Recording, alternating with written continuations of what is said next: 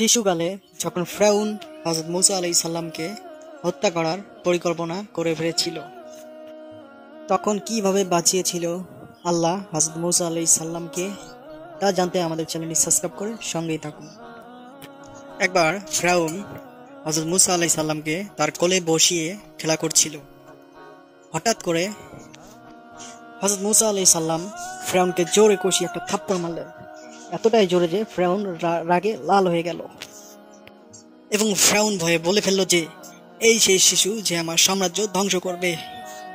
ফিরআউন তৎক্ষণিক জাল্লাদকে হুকুম দিল যে শিশুটিকে হত্যা করে ফেলো। হঠাৎ হযরত আসিয়া বলে ফেলল যে এটি তো একটি নির্দোষ শিশু, যার কোনো বুদ্ধি বিবেক বা বিবেচনা কিছুই নেই। সে কিভাবে আপনাকে জেনে বুঝে মারবে? আপনি যদি এখনো অবিশ্বাস করেন, এক পাশে সোনা গয়না জহরত রাখুন, আর পাশে আগুন রাখুন, তারপর বাচ্চার প্রক্রিয়া দেখুন। যদি বাচ্চাটি সোনা জহরা ও হীরার দিকে হাত বাড়ায়, তাহলে বুঝবেন বাচ্চাটি জেনে বুঝে আপনাকে মেরেছে। যখন সোনা এবং আগুন তার সামনে রাখা হলো, হযরত মূসা আলাইহিস সালাম তখন সোনার দিকে হাত বাড়াতে গেলেন। হঠাৎ করে জিবরাইল আলাইহিস সালাম আল্লাহর আদেশে এসে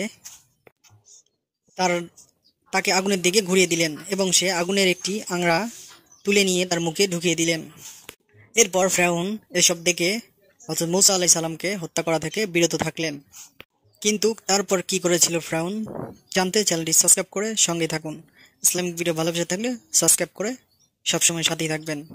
ভিডিওটি লাইক শেয়ার করবেন, কমেন্টে জানাবেন কেমন লাগলো। আল্লাহ হাফেজ।